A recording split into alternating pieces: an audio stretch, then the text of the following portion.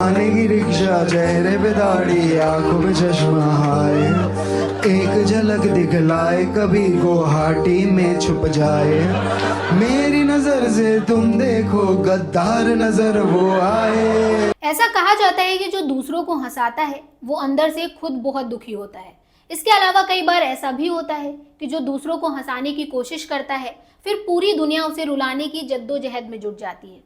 अब आप कुणाल कामरा को ही देख लीजिए। ये पार्ट टाइम कॉमेडियन और फुल टाइम एंटी गवर्नमेंट इंसान आए दिन खबरों में आ जाते हैं। कंट्रोवर्सी इनके पास नहीं आती, बल्कि ये खुद चलकर कंट्रोवर्सी के दलदल में अपने आप को दबा लेते हैं। इनको शायद अच्छा लगता है कंट्रोवर्सी में बने रहना, तभी तो ये आए दिन नेताओं के खिलाफ उलूल जुलूल कॉमेडी कर देते हैं और फिर देश में एक नया बवंडर मच जाता है। कुणाल कामरा अक्सर मोदी सरकार पर मजाकिया कमेंटबाजी करते रहते हैं। इसी बहाने वो सरकार पर तीखा तंज भी कसते हैं।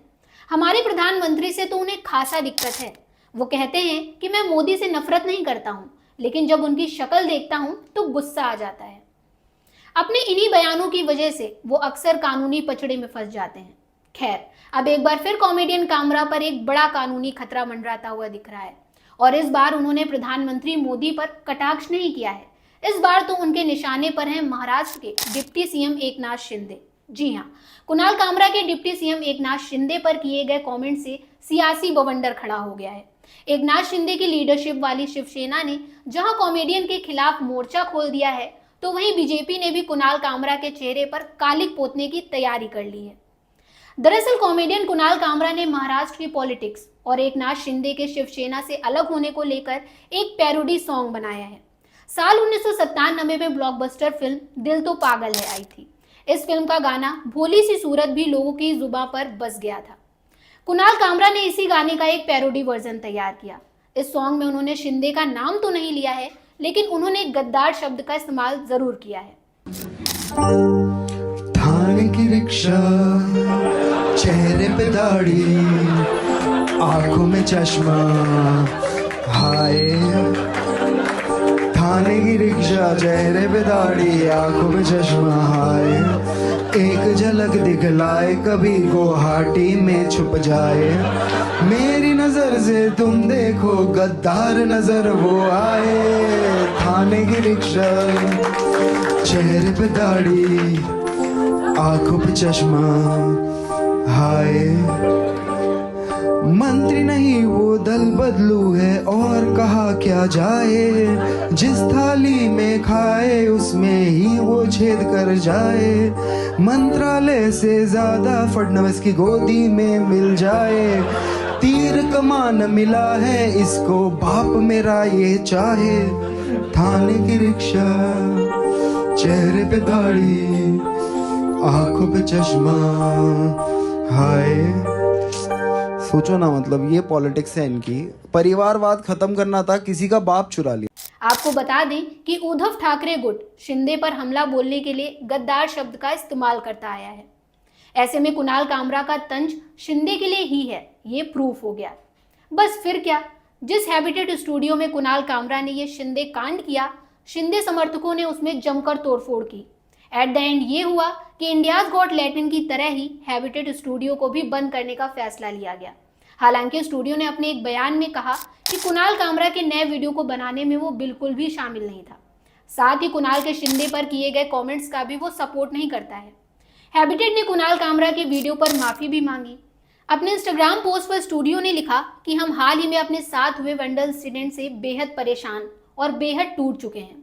गौरतलब है कि यह स्टूडियो स्टैंड अप कॉमेडी की सबसे पसंदीदा जगह है।